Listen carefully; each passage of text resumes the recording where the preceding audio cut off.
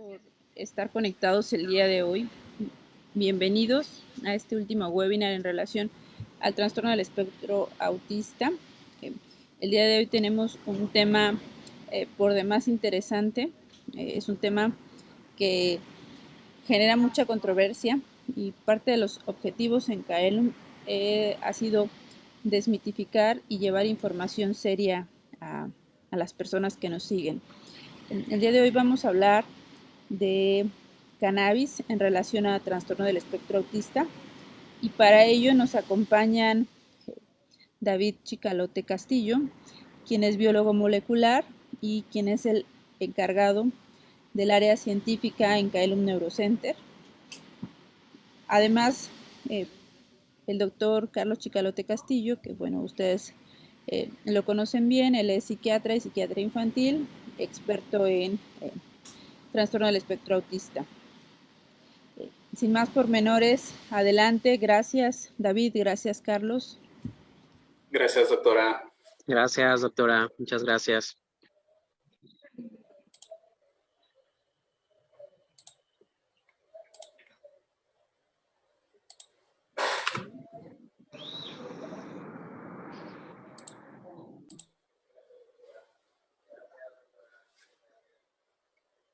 Ok, buenas tardes. Bueno, pues vamos a empezar con el tema. El título, cannabis, ¿es útil en el tratamiento del autismo? Bueno, y en esta primera parte, para introducir el tema, hablaremos sobre la breve historia del uso de la cannabis, del cual nos compartirá el doctor Carlos Chicalote un poco acerca de esta interesante historia. Sí, muchas gracias, David. Bueno, pues como todos ustedes saben, la marihuana pues se ha utilizado desde hace mucho tiempo y es una de las drogas que pues se ha venido utilizando como un proestimulante social. O sea, esto quiere decir que cuando se consume marihuana generalmente se hace para socializar. Se ha hecho en reuniones, se utiliza para disminuir la angustia y también para el dolor y pues generalmente al inicio cuando se empieza el consumo de marihuana, pues da una sensación de tranquilidad, de euforia, que esta conforme se sigue consumiendo a través del tiempo, pues puede tener también efectos secundarios o adversos, ¿no? Como ustedes saben, me refiero a la tolerancia, o sea, que dejan de tener estos efectos placenteros, pero también hay algunos efectos que tienen que ver con la abstinencia, que tiene con esta necesidad o esta inquietud o malestar por seguir consumiendo la sustancia. Entonces, la cannabis se considera como una droga en el cual tiene efectos perjudiciales en la salud y estos están asociados con la edad de inicio de esta droga. Cada vez es más frecuente que el inicio del consumo sea a edades mucho más tempranas. Se habla, por ejemplo, en Estados Unidos que es ya muy frecuente el consumo incluso antes de los 12 años de edad. Esto debido a, como todos ustedes saben, a temas de legislación en el cual se están abriendo muchas fronteras acerca de la permisividad en el consumo como uso recreativo, pero en el tema que hoy nos atañe, vamos a hablar acerca del uso de la cannabis, pero con fines de tipo médico, o sea, ya de tipo farmacológico. Entonces, esta es una breve historia acerca de la cannabis y de la consecuencia.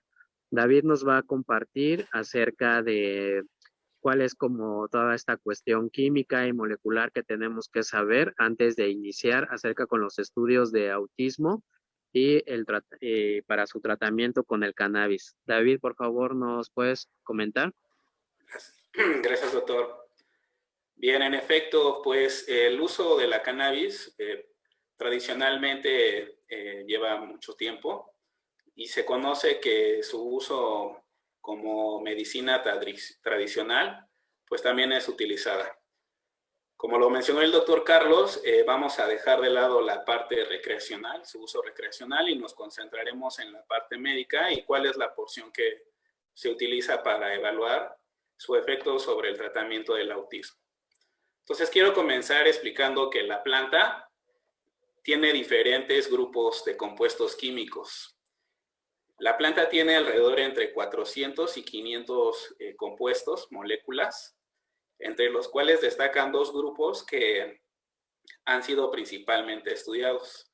Un primer grupo de ellos es el tetracannabinol, conocido comúnmente como el THC, y estos compuestos son a los que se les atribuye el efecto psicoactivo. A partir de ahora vamos a nombrar al tetracannabinol como THC para abreviar y ser más precisos.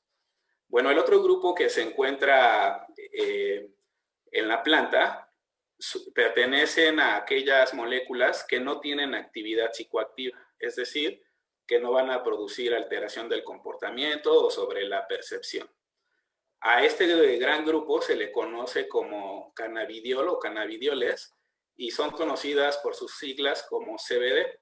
El CBD es el compuesto particular que nos atañe en este tema, puesto que este CBD es la parte que tiene el efecto médico en diversos padecimientos, pero específicamente sobre el autismo.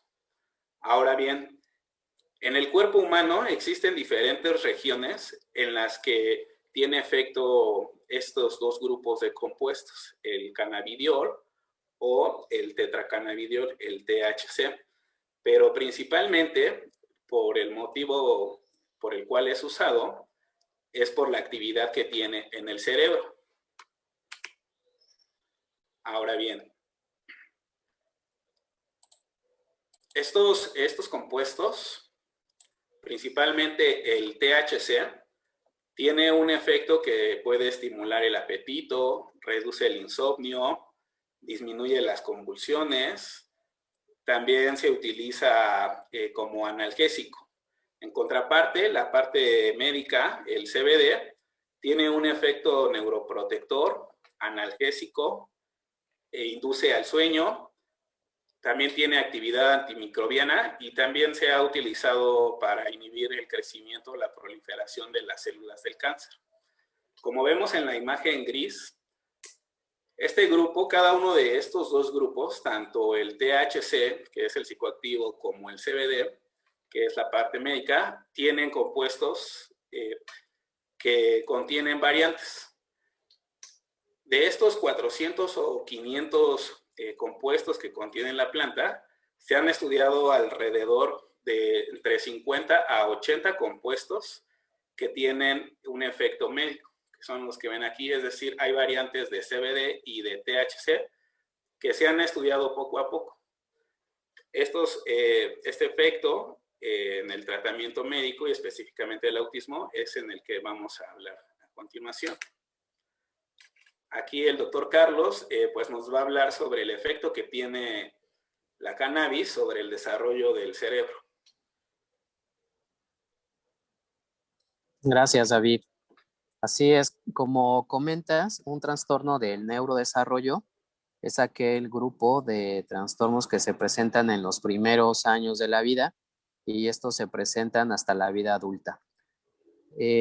Uno de los principales trastornos del neurodesarrollo es el autismo, pero es muy común que ninguno de ellos venga aislado, de forma aislada. Esto quiere decir que generalmente las personas que tienen autismo pues también presentan ansiedad, aunque ansiedad no es un trastorno del neurodesarrollo, pero sí pueden presentar epilepsia, pueden presentar problemas de aprendizaje, pueden presentar trastorno de déficit de atención, hiperactividad. Entonces, generalmente el autismo se le conoce como un trastorno en el cual está afectado lo que es la comunicación social con intereses restrictivos o estereotipados en diferentes grados o intensidad. Entonces, el tratamiento para la cannabis está dividido en dos grandes grupos. Uno, aquel que va sobre los síntomas principales del autismo, que tiene que ver con estas conductas de socialización, conductas repetitivas, y aquellos sobre las conductas asociadas al autismo, como puede ser la agresividad, la epilepsia, los problemas de sueño o la irritabilidad o la hiperactividad. Entonces, la mayoría de los tratamientos que se hacen con cannabis, en este caso utilizamos CBD, están enfocados a los síntomas de autismo que no son los principales, sino que aquellos síntomas que están asociados con el autismo, como les mencionaba. Esto es muy importante ya que, como ustedes saben, o bueno, la mayoría saben que el uso del medicamento para los trastornos del neurodesarrollo fue en las crisis epilépticas, en el síndrome de Draven, en el cual las personas pueden llegar a presentar hasta 50 crisis en un solo día. Entonces, el tratamiento con cannabis lo que dio como resultado es que incluso las personas ya no presentaran episodios epilépticos. Entonces, imagínense de convulsionar entre 40, 20 veces a no convulsionar en algunas personas. Esta reducción pues dio este auge a la investigación de este compuesto del CBD en la marihuana. Entonces es por eso que en los últimos 10 años, pero en especial en los últimos 3 años, se están llevando estudios en los cuales se están buscando la parte farmacológica de la marihuana para el tratamiento del autismo. Aunque algo que es muy importante y les quiero comentar, yo como especialista en paidopsiquiatría, es la parte de que tenemos diferentes ventanas de oportunidad o de crecimiento del neurodesarrollo, en el cual si estas ventanas se afectan, o sea, estos periodos críticos, como es la etapa que es de la primera infancia, que va de los 2 años a la infancia, que va a partir de los 5 años a la edad de los 11 años, o que va de la adolescencia. En estos periodos generalmente se presentan este tipo de síntomas no asociados al autismo, que puede ser la epilepsia, la ansiedad o los problemas conductuales. Se ha visto en el consumo de cannabis que las personas que tienen un inicio temprano de cannabis en esta ventana sensible de crecimiento que es la adolescencia, hay una afectación en aquellos consumidores que se les llama pesados, que tienen un consumo de fin de semana de más de 2 o 3 días continuos, en los cuales hay una disminución en el rendimiento intelectual, hay una disminución en la memoria y hay estos síntomas de abstinencia que les comenté anteriormente, que tiene que ver con estos síntomas de abstinencia. Entonces, esto es un poco acerca de cómo el neurodesarrollo y la cannabis puede estar asociada. Entonces, David nos va a comentar más adelante cómo es que se puede usar la marihuana y cómo es que algunos grupos, por ejemplo, en diferentes países de Latinoamérica, incluso hay grupos de mamás que pues tienen recetas de cómo sintetizar o cómo depurar el aceite de la marihuana que se supone se emplea para el tratamiento del autismo. Entonces, David, él tiene toda la experiencia clínica y en el laboratorio para decirle si esto es posible o no. Adelante, David, gracias. Gracias, doctor. Pues sí, como menciona el doctor Carlos, hay un movimiento en Latinoamérica que engloba cómo extraer estos compuestos de la cannabis. Todo esto surge a partir de que pues algunos segmentos sociales, pues es difícil adherirse a un esquema de medicación convencional, es decir, con fármacos, ya sea por un largo periodo debido a su alto costo. Y con base en la experiencia sobre el uso medicinal de la cannabis, hay un incremento del uso del cannabis como tradicionalmente se utilizaba. Es decir, inclusive hay algunas regulaciones sobre el manejo de la planta con estos fines.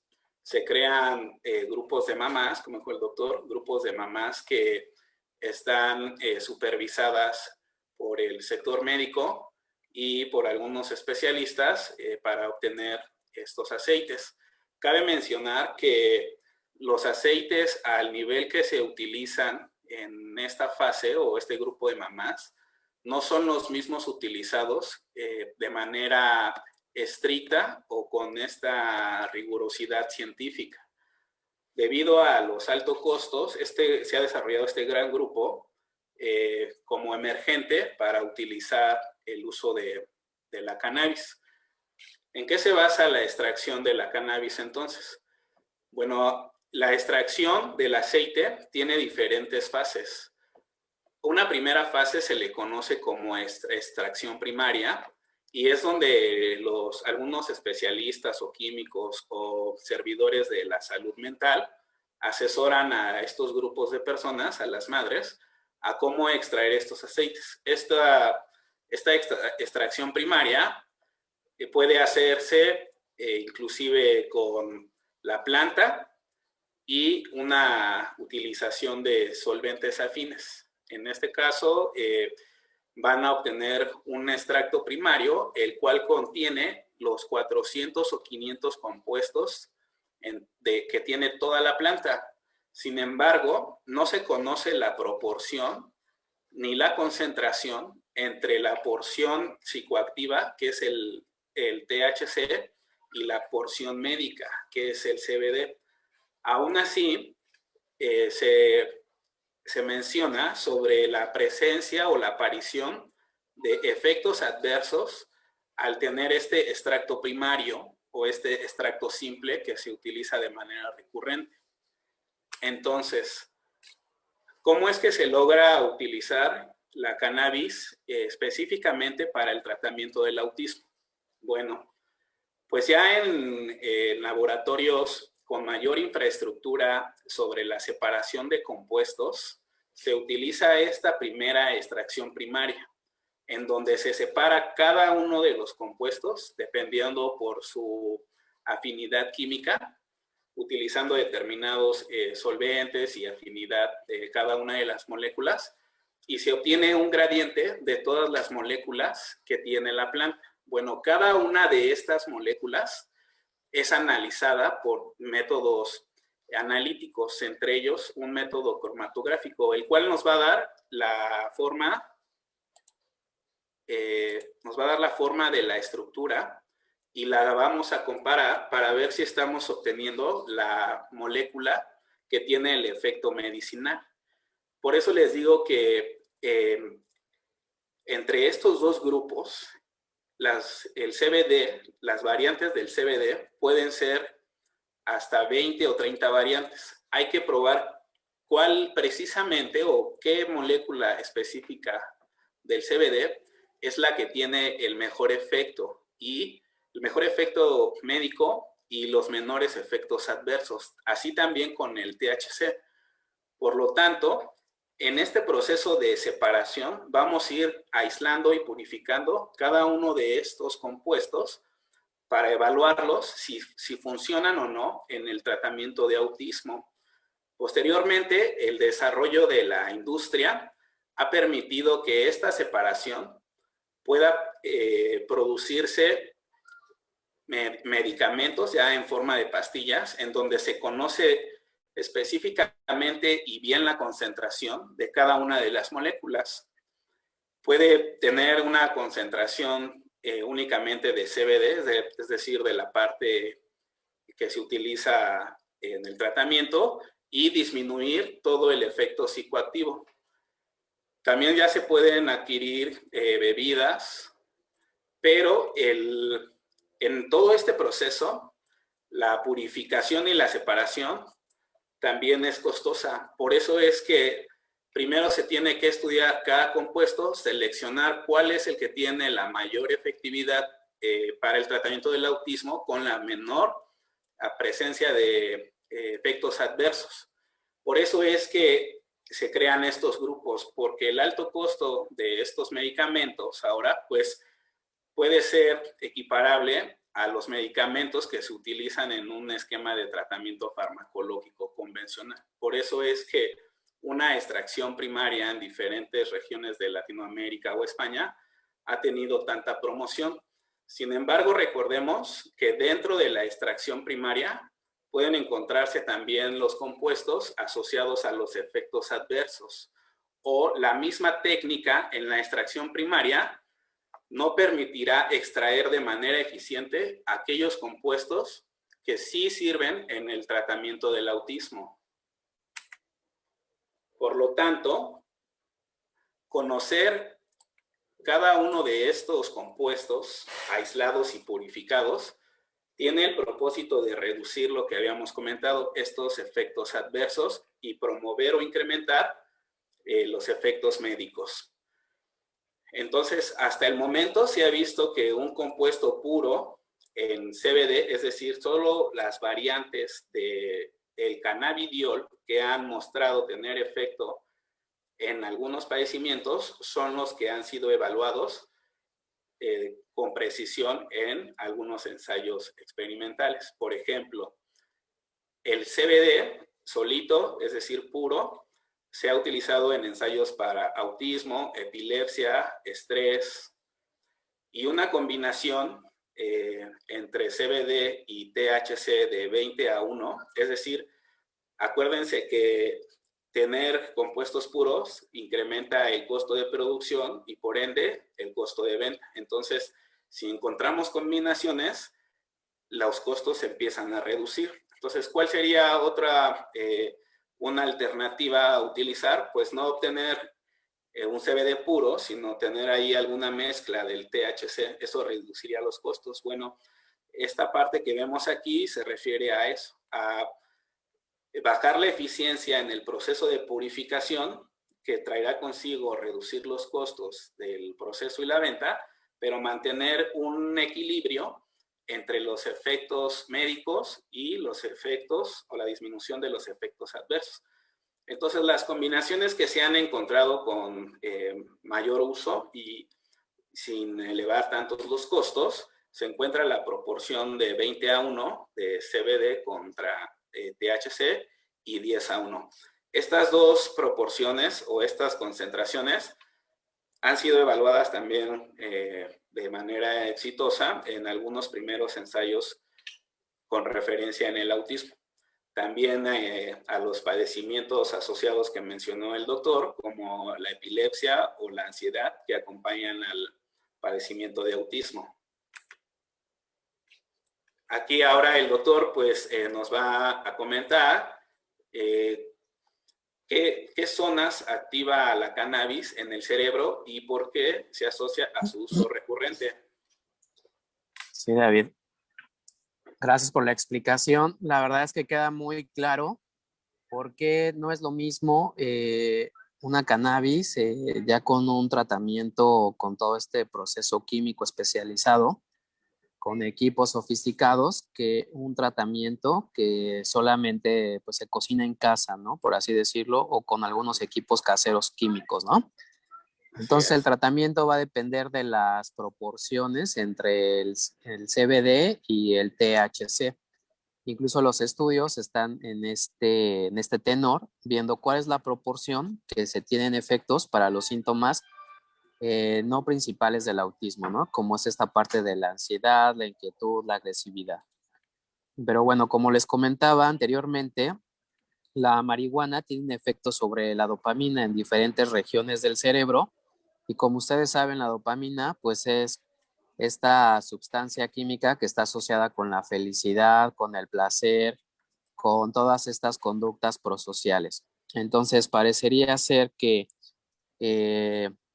este tipo de compuestos asociados con la marihuana, pues actúan en los receptores de la dopamina a través de un sistema que se llama endocannabinoide, o sea, el mismo cerebro tiene todas estas sustancias químicas que están asociadas con la recompensa del placer, pero que también a través de estas sustancias se pueden obtener de manera sintética.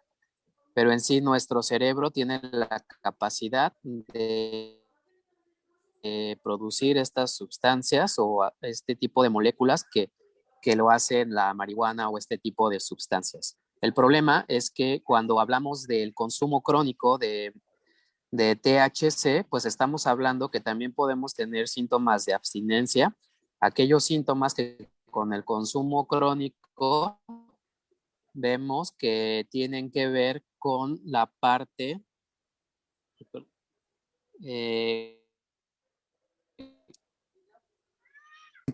de estos efectos de abstinencia, ¿no? Que es los síntomas de tolerancia y el hecho del craving, ¿no? Que el estar buscando la sustancia a través de el consumirlo, quitar el miedo que tiene que ver con la amígdala. Entonces, si me pasas la siguiente, por favor, David, les voy a comentar acerca de cómo todas estas vías donde se asocia el THC con el tratamiento del autismo tiene que ver pues con disminuir la ansiedad, con mejorar el sueño, con disminuir la agresividad, porque está asociado también con estos receptores como la serotonina, la dopamina, la noradrenalina, que tiene que ver con modular este tipo de síntomas.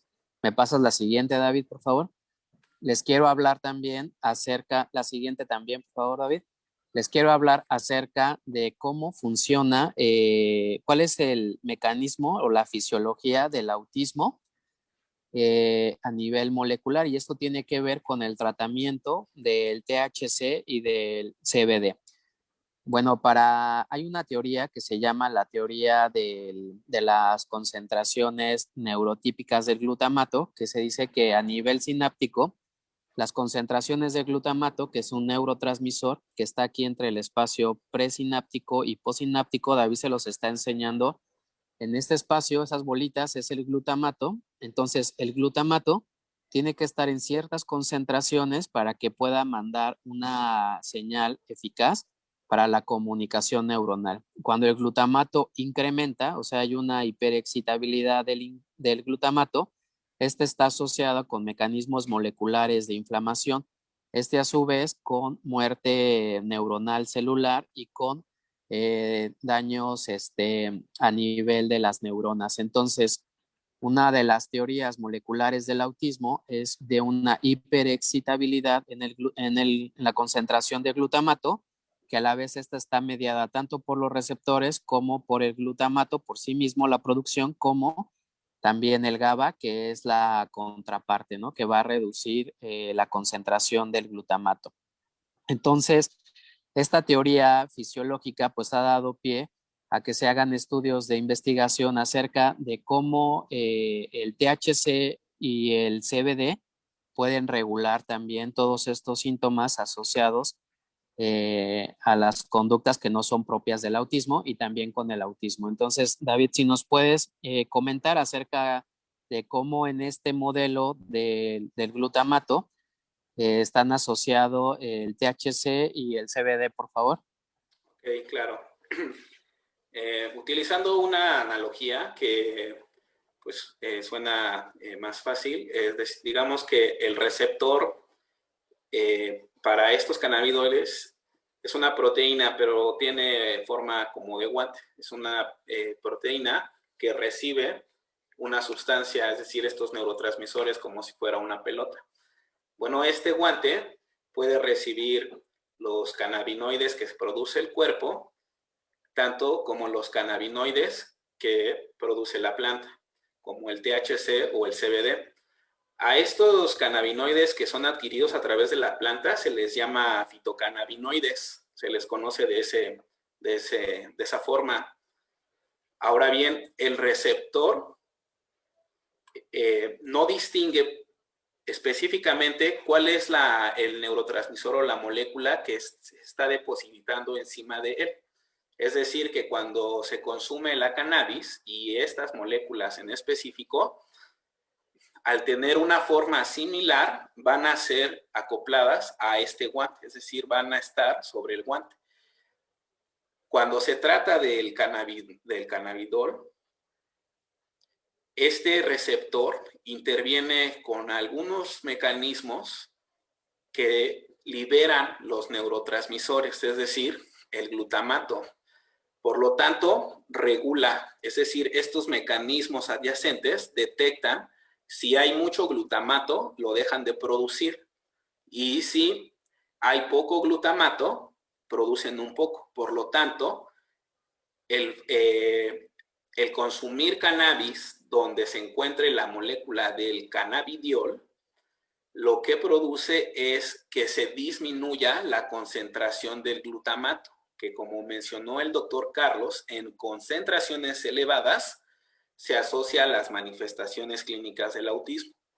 Por lo tanto, al reducir las concentraciones del glutamato, se revierte, digamos que estas manifestaciones, como si se tratase de lo que se conoce en el neurodesarrollo como aquellos individuos neurotípicos que tienen concentraciones del glutamato funcionales. En contraparte, el GABA es un neurotransmisor que regula las conductas, que inhibe algunas conductas. Esto es, algunos pacientes que presentan la condición de autismo, que son muy activos, andan de aquí para allá, o no regulan su lenguaje, o piensan lo que se les viene a la mente y lo dicen. Esas partes son inhibición del comportamiento, es decir, que piensan antes de hablar. Bueno, el GABA hace eso. Entonces, cuando hay más GABA, es decir, el mismo THC, produce más GABA, es decir, fomenta que ese neurotransmisor inhiba o se piense antes de hablar. Por eso es que se utiliza la cannabis y estos compuestos específicamente en el uso como tratamiento para el espectro autista. Ahora bien, les quiero explicar en esta diapositiva un poquito con mayor detalle. Aquí se ve cómo la estructura de los endocannabinoides producidos por el cuerpo tiene una forma semejante, así de hexágono, a los que produce la planta del cannabis o estos fitocannabinoides. Es un hexágono también, solo que está relleno, pero la silueta es la misma.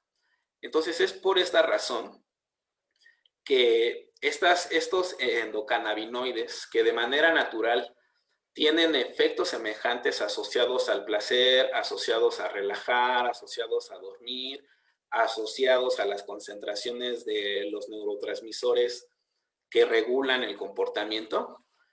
Es por eso que al inducir, al consumir fitocannabinoides de manera médica, se colocan en el sitio receptor, es decir, en el guante.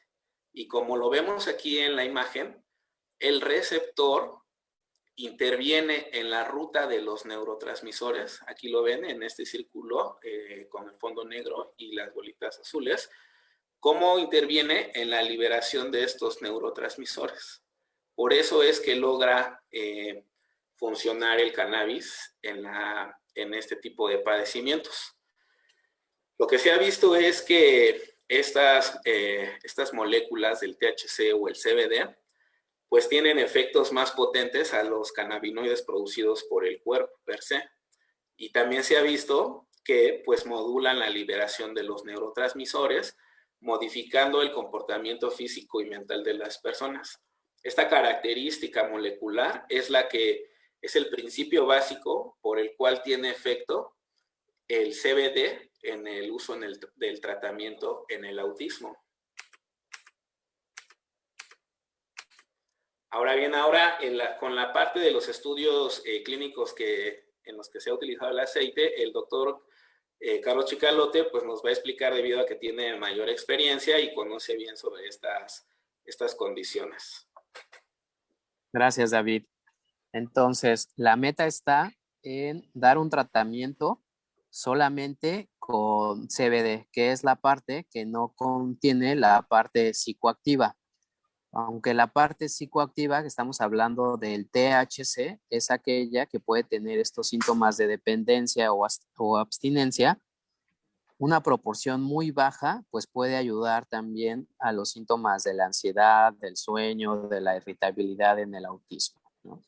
Entonces, el hecho de producir un aceite de cannabis 99% puro se utiliza solamente en aquellos síndromes como el síndrome de Draven, que está asociado con estatus epiléptico, con estas crisis epilépticas tan severas. Este aceite es muy costoso, obviamente por el grado de pureza que se menciona, Y ahora los estudios que se están haciendo en los últimos 2 años están en ver cuál es el porcentaje de CBD y el porcentaje de tetracannabinoides para los síntomas tanto de autismo, promover estas conductas sociales y también las conductas de ansiedad. Entonces, lo que estamos viendo en esta diapositiva, pues estamos viendo acerca del funcionamiento de los síntomas de aquí le llaman síntomas de la comorbilidad del autismo. Entonces, estos síntomas de comorbilidad, pues tiene que ver con la inquietud, aquí está con la hiperactividad, con el insomnio, y entonces se ve que hay, perdón, es que no alcanzo a ver, está muy pequeño, pero en general aquí está abajo, ¿no? Tiene que ver con estos que están aquí a la izquierda. Tiene que ver con el tiempo de tratamiento. Por ejemplo, aquí estamos viendo que hay una media de 66 días de tratamiento, 2 meses de tratamiento, y ya hay una reducción de los síntomas de hiperactividad. Aquí hablamos del 90%, casi de los síntomas de hiperactividad, problemas del sueño en el 55%. Autolesiones, 88%, síntomas que mejoran la comunicación social y la reciprocidad social en un 41% y la ansiedad en el 50%.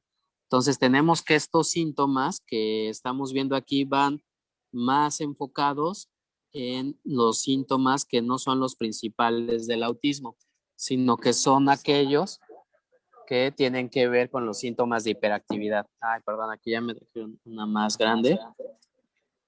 Entonces, esto, lo que estamos viendo es que también se presentan con este tratamiento algunos efectos adversos, como puede ser la somnolencia, disminución del apetito, en algunos hay incremento del apetito, somnolencia, y hay alteraciones también de tipo sensorial o diarrea. Entonces, ¿me pasas la siguiente, David, por favor?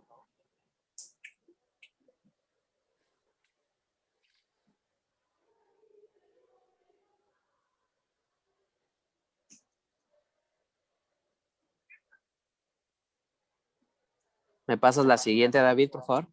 Ok, gracias. Entonces, lo que estamos viendo es que hay diferentes concentraciones de CBD y de THC en las presentaciones del tratamiento farmacológico del autismo con este tipo de aceites. Actualmente se está enfocando con las comorbilidades. La epilepsia aquí tenemos en un 14% mejora, la hiperactividad, el tics como síndromes de Tourette, algunos trastornos de ansiedad. Y vemos aquí algunos efectos secundarios. Entonces, lo que estamos viendo hasta el momento es que como clínicos en la... Se desconectó. A ver, vamos a dar un momento en lo que se reintegra a la presentación el doctor Carlos.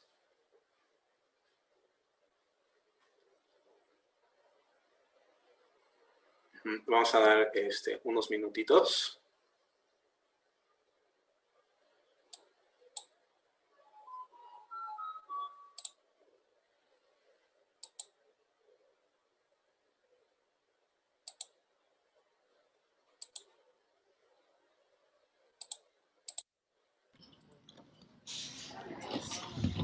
Ahí está. Ahí está. Ok, gracias, perdón.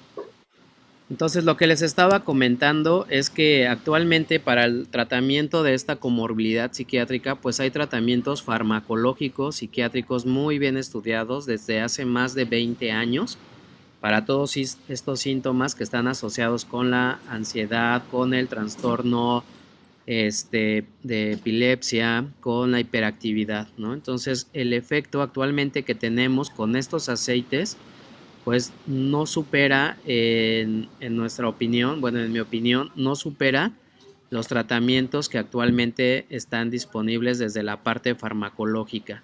Ahora el costo supera todavía muchísimo a los tratamientos actuales, Estos medicamentos no están disponibles en México. Muchos de estos tratamientos están en fase de experimentación y en los próximos 3 años tal vez ya tengamos los estudios de seguimiento. Estamos viendo que para los síntomas más severos en la cuestión de la epilepsia apenas van 7 años aproximadamente y no hemos visto cuál es su repercusión en las diferentes etapas de la vida. Entonces, con esto quiero cerrar la presentación en cuanto a los aceites de cannabis, donde apenas estamos empezando a ver el tratamiento y la meta es encontrar esas sustancias en el CBD con la proporción exacta del THC que puedan ser útiles en la mayoría de las personas para el tratamiento del autismo y de su comorbilidad. También quiero recalcar que estos tratamientos, al igual que cualquier tratamiento farmacológico, tiene que ver con cuestiones personales, o sea, con la genética personal de cada una y las variantes que están asociadas con el metabolismo de este tipo de moléculas. Entonces, aunque el tratamiento con cannabis pues empiece a tener resultados sobre los síntomas que no están asociados al autismo o al autismo, pues tendríamos que ver también en cada una de las personas si el tratamiento es eficaz o no. Esto tiene que ver con la medicina de precisión. Entonces, con esto cerramos la ponencia y damos entrada a las preguntas y comentarios y les agradecemos a todos en el mes del autismo. Esta es nuestra última sesión. Entonces, si la doctora Yariela nos quiere compartir acerca de las preguntas de nuestro auditorio. David, si tú quisieras hacer un último comentario al respecto. Ok, gracias, doctor. Pues sí, efectivamente, solo resaltar que debido a la carente legislación que pues próximamente esperemos que ya se confirme, dará pie a que se active la investigación en México. Otros países como Estados Unidos, Australia, Europa, algunos países de Europa, tienen una legislación que basa el uso de la cannabis para investigación y como uso medicinal.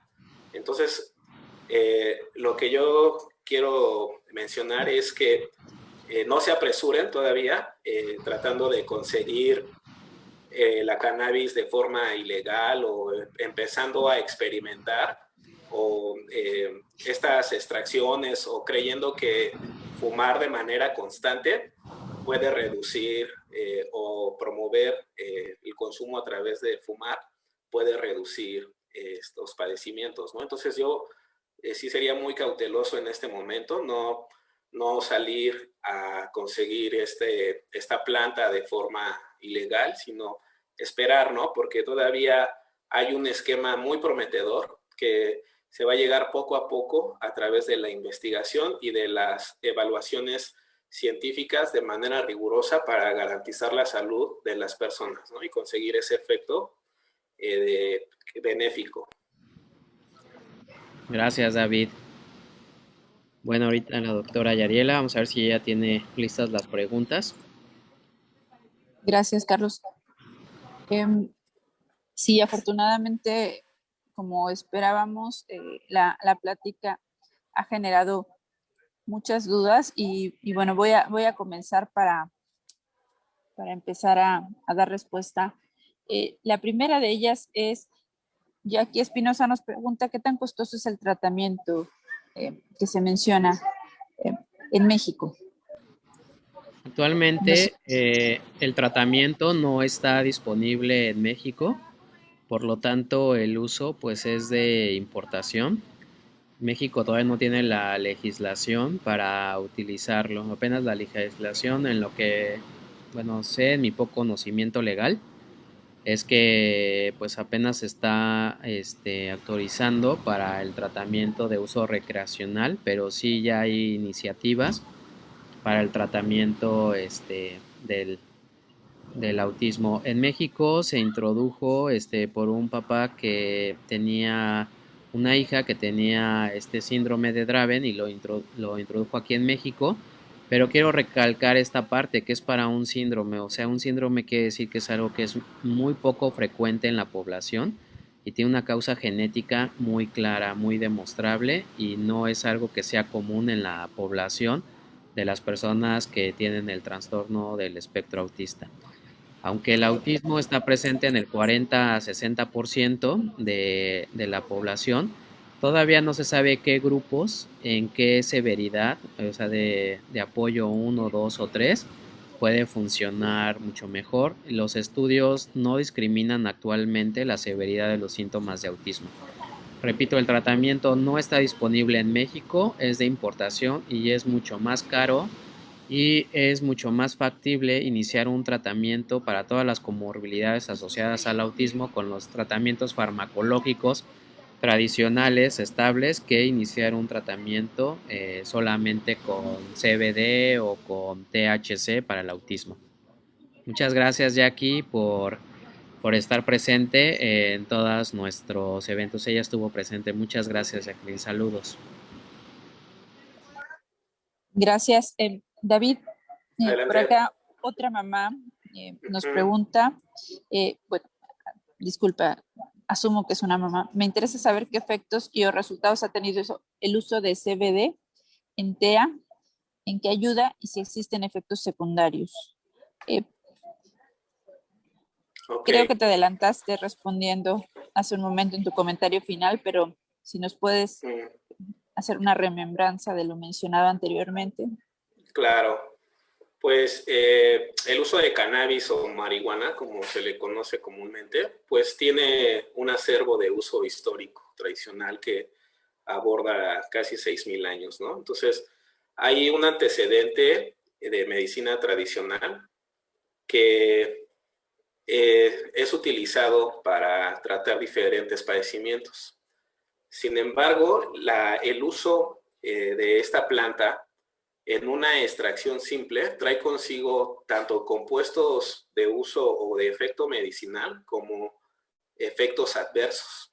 Una extracción simple puede tener ambos efectos. Entonces, aquí no podríamos, estaríamos como a ciegas a ver si ese aceite, digamos, de extracción primaria o de forma casera, tiene el efecto médico que esperamos, ¿no? Ahora bien, cuando esta planta, a partir de la extracción primaria, se somete a un proceso de purificación y separación de los compuestos y se evalúa cada uno de ellos, es ahí donde se evalúa cuál de ellos tiene el efecto. Y esos son los que se utilizan en las investigaciones actuales.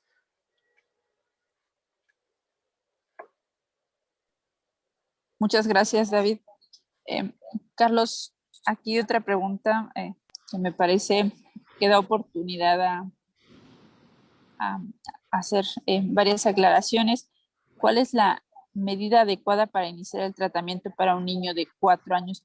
No sé si es medida o medicina adecuada, pero pongamos que estamos pensando en medicina. Creo que da oportunidad para aclarar que el tratamiento de autismo no es esencialmente farmacológico. Gracias. En esta edad, en la primera infancia, que es aquella época que es antes del preescolar, o sea, antes de los 3 años de edad, se dan muchos cambios a nivel genético. Hay una poda en el cual hay un crecimiento neuronal al principio, esto da pie a un crecimiento incluso en el perímetro cefálico. Después este perímetro empieza a estar dentro de los percentiles normales y tiene que ver con esta parte que hay una desaceleración. Entonces, en las personas que tienen los síntomas del espectro autista, pues llegan a tener estos eventos que no los tienen en personas con un desarrollo neurotípico. ¿A qué va este comentario? Este comentario va en que el cerebro, a nivel genético, en el cerebro generalmente se sacrifican aquellas neuronas con estas conductas prosociales que tienen que ver con el establecimiento de los síntomas de autismo. Entonces, el autismo que se interviene, de los síntomas de autismo que se intervienen antes de los 3 años de edad, puede ser que los síntomas reviertan, incluso que después de 3 años con intervenciones los síntomas en el 25% de los pacientes ya no estén presentes. Esto debido a que el ambiente también modifica estos genes que tiene que ver con el hecho de que se expresen o no aquellas neuronas que tienen que ver con estas conductas sociales. Entonces el tratamiento a estas primeras edades no tiene que ver con un tratamiento farmacológico, sino que tiene que ver con intervenciones tempranas. Pero ojo, aclaro aquí en esta parte, muchas de las conductas que no son del autismo, pero que están asociadas al autismo, en este caso las conductas repetitivas, la ansiedad, la epilepsia, problemas del sueño, afectan el desarrollo neurológico. Entonces, el no tratar farmacológicamente este tipo de comorbilidades no del autismo, sino comorbilidades asociadas al autismo, nos da pie a que no se estimule adecuadamente esta plasticidad neuronal. Entonces, en algunos casos sí es necesario el tratamiento farmacológico, pero no para los síntomas principales del autismo, sino para los síntomas asociados al autismo, como vimos en los estudios. Entonces es bien importante dejar esto claro porque muchos papás piensan que el tratamiento del autismo solamente es para el autismo y generalmente hasta el 80% de los casos tienen comorbilidad con alguno de estos síntomas. Entonces, en este sentido, el 80% de los pacientes pueden requerir algún tratamiento para estas conductas asociadas al autismo. No sé si queda claro con esta observación que hago del tratamiento del autismo. Gracias, Carlos. Yaroslava, te hacemos llegar a través de este chat los artículos en los que se basó la presentación de David. Y David, Noelia pregunta, ¿quién regula la proporción que se debe suministrar a un niño? Según las proporciones del 30% de CBD y 15% de TSH, ¿qué estudio determina la pureza de los compuestos? Ok, perfecto. Bueno, cuando se estudia de manera analítica la planta de cannabis, es decir, un proceso analítico tiene que ver con aquellos compuestos que la forman y aquellas sustancias que la componen. Es decir, como vimos, existen entre 400 y 500 moléculas. Una vez que se tiene una extracción simple con toda esta cantidad de compuestos, pasan a un gradiente en donde se logra separar a cada una de ellas. Posteriormente, digamos que cada una de ellas, de cada una de estas moléculas, es tomada o separada del resto y se evalúa. ¿Cómo se conoce a qué concentración se está utilizando y si tiene efecto? Bueno, una vez que se aísla esta molécula, se crea un espectro cromatográfico, se le llama. Es decir, que de determinada proporción crea un espectro, es decir, como un pico o una banda, donde se queda estandarizada como una concentración de 1. Esta referencia, que se le llama ahora a ese patrón cromatográfico, será utilizada como referencia para estudios más adelante.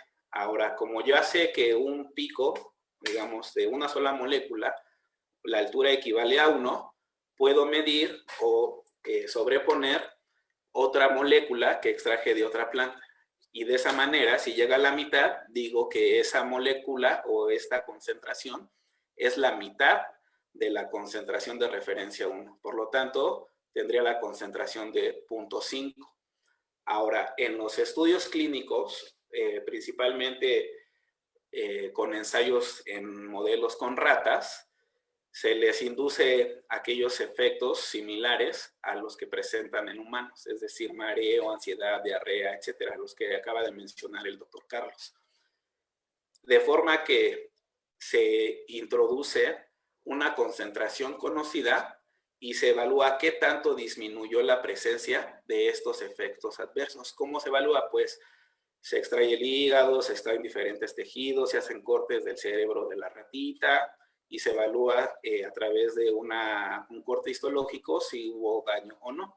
De esa manera se empiezan a aterrizar si la concentración de 0.5 que extraje reduce la mitad de los síntomas o los reduce en determinada proporción, es decir, también la mitad.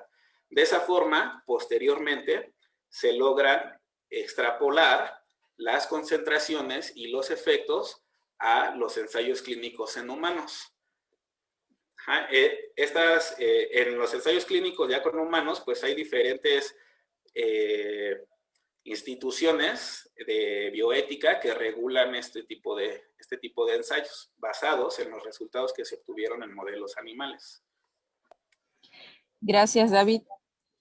Carlos, la última pregunta, hay muchas más y nos comprometemos a responderlas en el chat, pero por fines de tiempo, la última pregunta nos comenta Andri, en Caelum tenemos disponibles estos productos.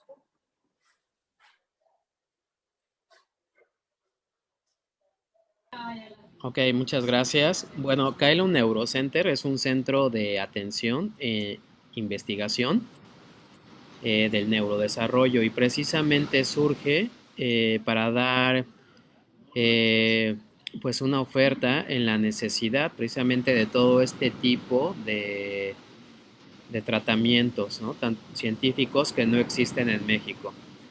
Entonces, tal vez en algún momento nosotros pues podríamos evaluar, digamos que los aceites que pudieran utilizarse en la población clínica en el autismo una vez que pues hayamos evaluado la eficacia, los protocolos de bioética, los tratamientos de medición y tanto la parte clínica. Entonces, Kaelum Neurocenter pues tiene todos estos elementos para poder dar una recomendación y esta es nuestra finalidad, al final de cuentas, llegar a la población general con toda la investigación científica en neurociencias y al final de cuentas aterrizarla en el tratamiento de las personas.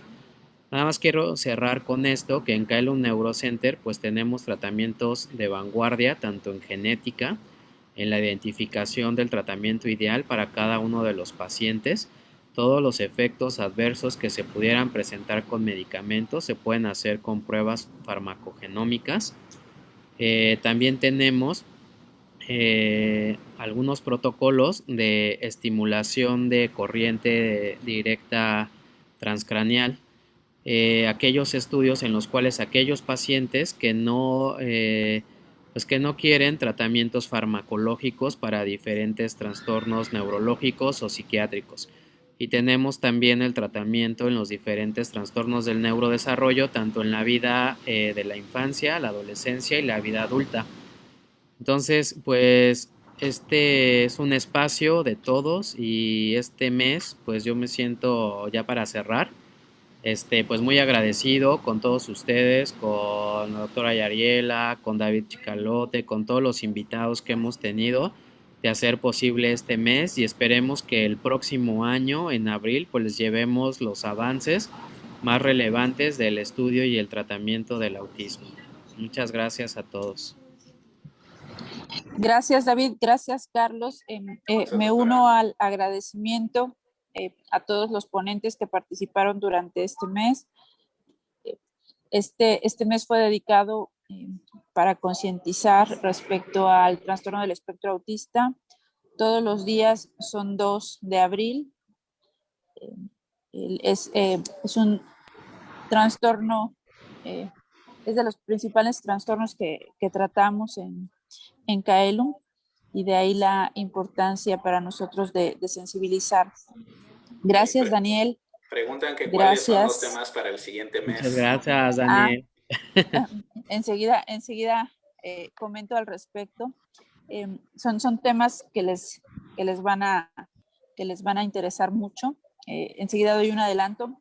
No quiero dejar de agradecer Daniel, gracias por tu Muchas testimonial. gracias, Daniel. Doctora Montserrat, doctora Liliana Tapia, David, Gracias. Carlos, gracias por Fernanda, la pasión Elena. puesta en transmitir todos estos webinars y no quiero que se vayan sin saber parte de los siguientes temas del mes. El siguiente mes, el 10 de mayo, está dedicado a hablar de maternidad en torno al trastorno del espectro autista. Estamos interesados en ampliar los temas que vamos a abordar. Vamos a hablar de suicidio en adolescentes, de la relevancia en habilidades sociales y también queremos hablar de trastornos de la alimentación. Queremos llegar con temas diferentes a ustedes y nos interesa mucho su opinión, así es que no dejen de escribirnos para comentarnos de qué otros temas les interesa escuchar. Gracias a todos y nuevamente David y Carlos. Gracias. Denle like, por favor, a la página. Les invitamos a que le den like. Hasta luego. Muchas gracias. Hasta luego a todos. Nos vemos la siguiente semana. Un abrazo. Hasta luego.